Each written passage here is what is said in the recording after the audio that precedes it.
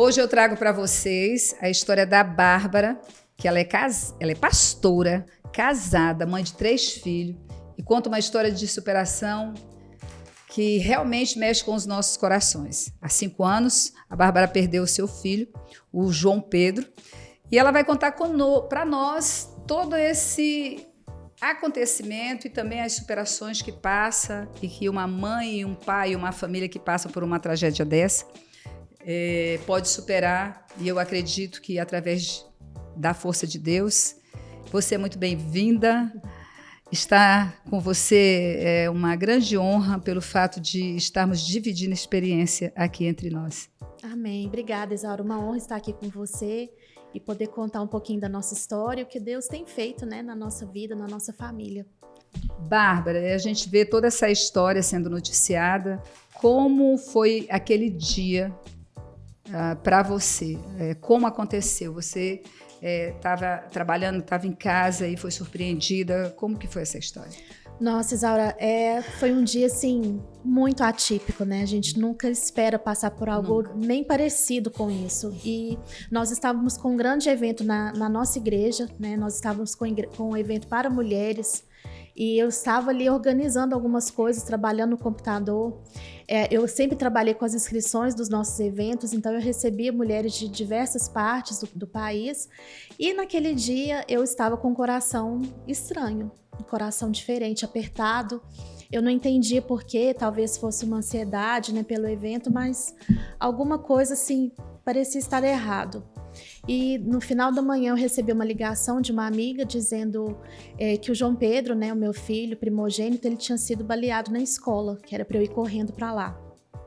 A gente estava com uma reforma na nossa casa, meu bem tinha visto o helicóptero na região da escola, pensou que tinha sido algum assalto, alguma coisa nesse sentido. Vocês não sabiam direito o que era? Não sabíamos. E assim, quando eu recebi a ligação dessa minha amiga, eu esperava que fosse alguma coisa assim, que a gente pudesse resolver facilmente, né? Então eu fui no caminho de casa até a escola pensando, não, foi um tiro de raspão no pé, na mão, vou passar com ele à noite no hospital, amanhã ele já vai sair, né? Mas não foi isso que aconteceu, infelizmente. Nós chegamos ali na rua do colégio, tinha uma grande movimentação de policiais, IML, assim, a gente esperava que fosse algo simples e chegando lá eu vi que era algo muito sério, né? Passei algum tempo correndo na rua da escola, tentando entender o que tinha acontecido, perguntando às pessoas e ninguém falava nada. Você não tinha encontrado ainda seu filho? Não tinha encontrado. Depois que eu fui olhar as mensagens e o tempo que eu fiquei lá, né, eu fiquei 40 minutos procurando alguma notícia sobre ele. Então, eu perguntei para a porteira do colégio, João Pedro morreu? E ela, né, balançou a cabeça, fazendo sinal que sim, que ele tinha morrido. E era por isso, né, que as pessoas não queriam falar nada para mim.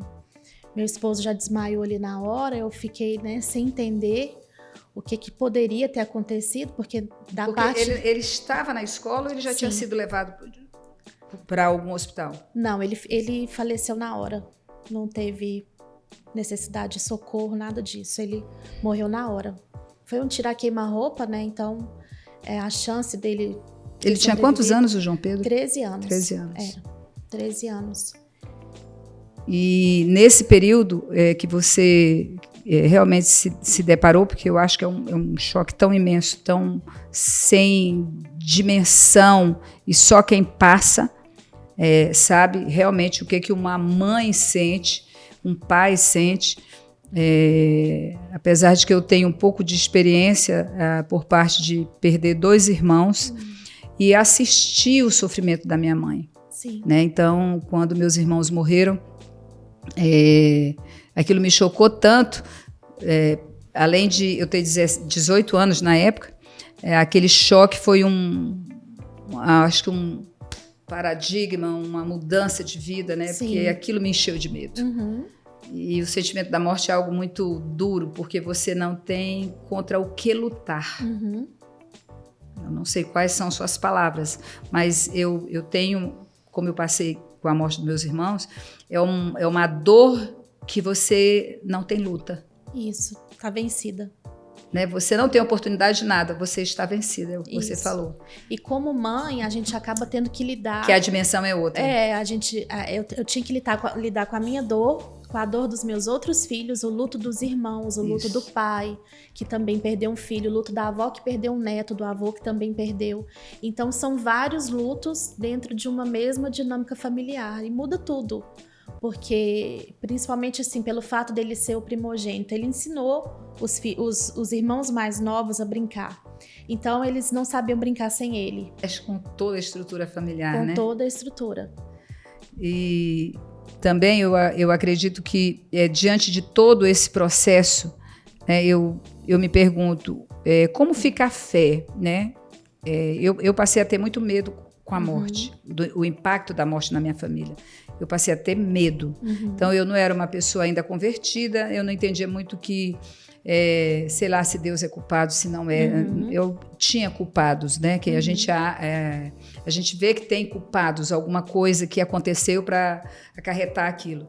Então, como que vocês passaram a lidar com a história do jovem que fez, que causou a tragédia? Porque havia uma história por trás desse jovem. Sim, havia uma história. No dia que ele matou nosso filho, né, como teve uma comoção nacional e foi, né, muito... Foram 2 crianças que morreram. 2 mortes, né? Uma outra aluna ficou paraplégica, ela tomou 3 tiros. Então, ao todo foram 6 vítimas, 2 fatais, uma vítima mais grave e outra com sequelas menos, né, importantes, vamos dizer assim. Embora toda a turma, todo aquele 8º ano, eles tiveram suas sequelas, né, em maior ou menor grau, mas são todos vítimas. Todos, né? Todos emocionalmente ficam abalados, até porque, até acontecer isso, nós estamos falando de um adolescente, né, que estava com posse de uma arma. Sim. Então, isso tudo... tem uma história por trás. Sim, tem toda algo que constituiu o antes, o durante, e aí veio depois, né? Então, a gente ainda tem contato com alguns desses jovens, né? Hoje eles estão com 18 anos e a gente percebe que o dano permaneceu, né? Não é algo tão simples. Aliás, não é nada simples, né? Nada é simples. Mas no dia, quando aconteceu tudo, meu esposo estava na porta do IML, né? Ainda tem todo um trâmite, né? O sofrimento é grande por vários motivos. Por vários motivos. E aí veio uma repórter perguntar para ele, né? O que ele tinha para falar para a família e para o jovem, né? Que matou o nosso filho. E aí meu esposo falou que perdoava ele. E aí ele foi para casa onde eu estava, né? Eu estava ali amparada por amigos, por pessoas da igreja, e ele falou para mim, meu bem, eu perdoo, eu falei que perdoo, e assim, eu acho que você deveria fazer o mesmo. E naquele momento eu fiz uma oração junto com ele, nós perdoamos, né? Eu perdoei também aquele rapaz, porque eu penso o seguinte, por mais que seja difícil para mim como mãe, né? Embora também naquele dia eu não tinha a dimensão da dor, porque no primeiro momento é terrível, mas o pior ainda vem depois. É um choque de abalo das estruturas. Sim. Mas depois vem a realidade do dia a dia. A dureza, né? De não ter a pessoa ali mais, né? Mas assim, naquele momento, quando a gente decidiu pelo perdão, nós não estávamos, eu tinha muita ciência disso, fazendo algo positivo para o rapaz. Nós estávamos fazendo algo positivo para nós. Porque durante todo esse tempo eu sofri a perda do João Pedro, mas eu não sofri com o ódio de alguém que matou o João Pedro. Então, para nós foi como se tivesse assim deletado qualquer sentimento em relação àquele rapaz.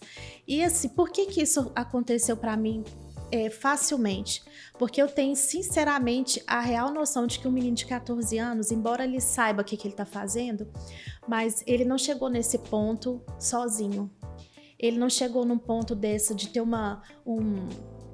estouro desse. Ele está reagindo, né? Talvez explodindo uma porção de emoções. As próprias dores dele, que a gente nem sabe quais são, né? Quão desenroladas dos processos que a gente ia recebendo, e eu ia lendo, eu falava assim, meu pai, como que pode uma família, né, ser dessa forma? Porque então ele vinha de uma família desestruturada. Sim, completamente disfuncional, né? Em algum momento a babá, né, a gente tem um depoimento da babá, ela fala que ela que criou, né, os 2 irmãos, que ele quem matou ainda tem um irmão. Então, ela era a figura de criação, ela era aquela que estava lá com eles o tempo todo. E aí, Bárbara, é a história de hoje que todo mundo aconselha, né? Não terceirize a educação dos seus filhos. Isso. Porque não é uma questão só de educar, mas de ele receber afeto materno, afeto paterno, e saber que os pais estão envolvidos e se preocupam com ele, não terceiros estranhos. E é interessante porque, assim, eu também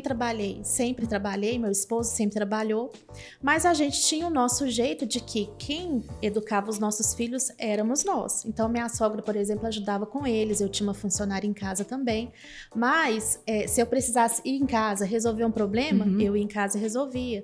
Quando o João Pedro entrou na adolescência, eu levei meu escritório para dentro de casa para que eu pudesse ficar mais próximo. O home office para mim já é uma realidade antiga, não é algo novo, né?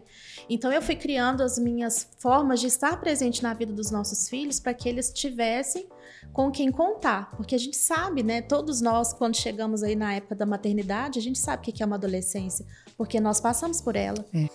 E o que a gente percebe é que, assim, quem não perdoa nessas situações é como se estivesse sofrendo todos os dias a mesma dor. Todo dia, né? Todo dia, ela não melhora. Por isso que tem que perdoar toda vez que você sente a dor, né? Isso. Porque vão acontecer muitas situações que chega aquele momento de colocar dúvida, ou de colocar o sentimento da injustiça. Sim. Né? Imagina na hora que você sabe que a pessoa que cometeu aquele delito, nossa, é isso que é justiça, né? Então, assim, realmente deve ser uma coisa muito dolorida, como foi com as crianças. Nossa, logo quando eles começaram a assistir na televisão e ver que a gente tinha perdoado, foi a nossa primeira reunião de família, que eles chamaram a gente, né? Na época, o Gustavo estava com 9 anos, o Gustavo era do meio, e o Davi com 6, o caçula. E eles chamaram a gente e falaram assim, a gente quer saber como que uma pessoa mata o nosso irmão e vocês vão lá e falam que perdoa. Na linguagem deles, era isso que eles queriam saber. E aí a gente teve a oportunidade de contar para eles o que Jesus fez por nós. Então, eu falei para eles, se eu não fizer isso, quando você crescer, você vai olhar para mim e vai falar, minha mãe, ela é hipócrita, porque ela fala que ela é cristã, mas ela carrega ódio dentro dela. Uau. Então, talvez hoje vocês não entendam o que a mamãe e papai fizeram, mas vocês vão entender quando vocês forem crescendo. Mas vocês, depois disso, você e seu marido, vocês passaram a alertar através de palestras os pais sobre a educação dos filhos. O que eu achei assim uma grande saída, um grande momento, porque quando você fala de algo que você viveu, né? Então, por exemplo, eu dou palestra com meu marido para casais. Então, quando a gente fala do que a gente viveu e o que a gente fazia, o que a gente podia ter feito e como Deus mudou isso, então eu vejo que muitos casais se identificam. E vocês foram por um caminho para ajudar outras pessoas, para isso fazer todo esse bem de cura, né? Porque tudo isso é cura, né? É uma cura. A gente já tinha um trabalho na nossa igreja, né? A gente tem os cursos da Universidade da Família, a gente já liderava esses cursos na área de paternidade pública. Nós somos treinadores nacionais, então a gente vai nas igrejas, né? E vamos treinar pais. Só que a autoridade que a gente ganhou depois de tudo isso, de tudo ter acontecido, ela é diferente. É diferente. Porque é diferente eu falar para você assim, olha, você precisa cuidar bem dos seus filhos, porque o abandono traz uma consequência muito grande. Agora, quando eu falo para você, olha, você precisa abrir os olhos com seus filhos, porque as crianças de hoje, elas estão matando. Não é igual antigamente. Olha o que aconteceu na minha casa, eu vou te contar a minha história, você leva um choque. Então a gente ganhou a autoridade para poder falar sobre uma história que fez com que a nossa família fosse duramente sofrida, né? Então as pessoas olham e falam assim, nossa, eu realmente preciso olhar para os meus filhos. E foi tão interessante que isso aconteceu logo em seguida. No dia mesmo, teve uma mulher que ela me procurou e falou assim, nossa, eu tô grávida. E eu tava pensando em fazer um aborto porque eu não tenho um casamento legal. E eu comecei a ver as suas histórias com seus filhos. Eu sempre fui de publicar os momentos, escrever algo para eles, que para quando eles estivessem grandes eles pudessem ler, né? E ela falou assim, eu vi a forma como você expressa o amor e eles com você e eu desisti, eu quero ser mãe. No dia do sepultamento dele. E eu já digo que eu acho que isso são providências de Deus para consolar. São. Para dizer, você é importante, Isso. você continua sendo importante e a importância sua na vida de outras pessoas ainda vai ser maior, Isso. mesmo que a tua dor seja grande. Foi quando eu entendi que não importava o porquê das coisas, mas o que Deus queria fazer em nós e através de nós com o que tinha acontecido. Mas, Bárbara, eu te pergunto, naquele momento de dor, né? Eu não tinha conhecimento, não lia Bíblia na minha época de 18 anos, nem nada. Nunca tinha lido Bíblia. Mas há um impacto de questionamento com Deus? Foi interessante que eu não tive esse porquê, o João Pedro. Não. Eu acho que cada um tem a sua forma. Eu sei que o sofrimento ele é do ser humano, né? É inerente nosso. Mas o que me trazia a dor mesmo era o fato de nós não termos o João Pedro ali. Porque assim, eu pensava, Deus deve me amar muito, porque ele sabia que eu ia passar por isso, eu ia precisar mais dele. E ele sabia que eu não ia desistir dele, porque senão não faria sentido eu passar por algo assim se fosse para me afastar. Não foi isso que aconteceu, eu busquei o Senhor mais do que antes. Porque eu precisei de socorro, de colo, né? E aí Deus foi usando pessoas para ir me mostrando algumas coisas que ele estava fazendo. Não essas profecias que a gente ouve, fala, você vai ser isso, não era isso. Era o cuidado nas pequenas coisas que Deus estava fazendo com a gente. E eu comecei a ver que quando eu ia falar com uma pessoa e ela perdoava alguém que tinha 26 anos, que ela estava ferida, né? Eu vi o resultado e eu falava assim, Deus, para mim não vale a pena eu perder um filho para poder passar por isso. Eu não sou lunática de dizer que vale a pena. Mas pelo menos eu comecei a ver frutos daquilo que tinha acontecido. Porque assim, quando uma criança tá doente, por exemplo, por mais que você tenha a fé de que Deus possa fazer algo, você tem dentro de você a possibilidade de que aquilo não aconteça. Então você pensa, poxa... Súbito de uma vez. Tá doente, então pode ser que aconteça algo. Emocionalmente, a gente já vai se preparando. Agora, quando de repente o telefone toca e você descobre que tá morto, eu não tive como me preparar. Eu não tive a possibilidade, nem né? a possibilidade. E assim... Foi o repente. Muitas pessoas chegavam na gente e falavam assim, como assim uma família que serve a Deus igual vocês servem? Esses meninos tudo criados dentro da igreja e Deus permite uma coisa dessa com vocês? É duro, né? Então a gente era afrontado até pela escolha de permanecer na fé. Meu Deus. Mas eu queria, Bárbara, que você falasse um pouco para as mães que estão nos ouvindo hoje e que estão passando algum tipo de problema. Talvez não seja com a morte, talvez seja com a doença, talvez não seja com a perca de um filho, mas talvez um filho nas drogas. E para as mães que estão desatentas, né, na criação dos seus filhos, poucas palavras, o resumo do que vocês estão ajudando as pessoas. Então eu queria que você olhasse para aquela câmera ali, Sim. Essa câmera aqui. Queria que você olhasse para essa câmera e falasse um pouco, olha, apesar da minha dor, né? Nós estamos fazendo isso, né? Nós superamos, nós estamos trabalhando com casais. E eu vou colocar também abaixo os dados de vocês e onde as pessoas possam procurar vocês. Certo. Eu quero dizer para você, mãe, para não desistir dos seus filhos. Não importa qual seja a sua luta, ame os seus filhos, dedique os seus filhos ao Senhor. O mundo costuma dizer assim que a gente cria os filhos para o mundo, mas eu vou te incentivar a criar seus filhos para o Senhor. Porque quando nós temos Deus na nossa vida, a gente pode vencer qualquer batalha. Se Ele estiver com a gente, eu tenho certeza, cada uma de nós vamos ser vitoriosas naquilo que nós nos propusermos a fazer. A gente precisa entender que os nossos filhos, eles são do Senhor. Amém. E nós vamos prestar contas dos nossos filhos a Deus. Não desista da sua família, não desista de que a sua família seja uma família aos pés do Senhor, que esteja tudo no altar do Senhor. Vale a pena permanecer com Deus, independente da dor que você tenha. Nós trabalhamos com famílias, trabalhamos com pais, com mães, e nós temos visto muitas famílias desistirem dos seus filhos porque estão buscando coisas, porque estão lutando pelo trabalho. E é muito bom que a gente faça as coisas corretas, que a gente trabalhe, a gente precisa fazer isso. Mas a gente também precisa fazer o que é certo. E maternidade, família é missão.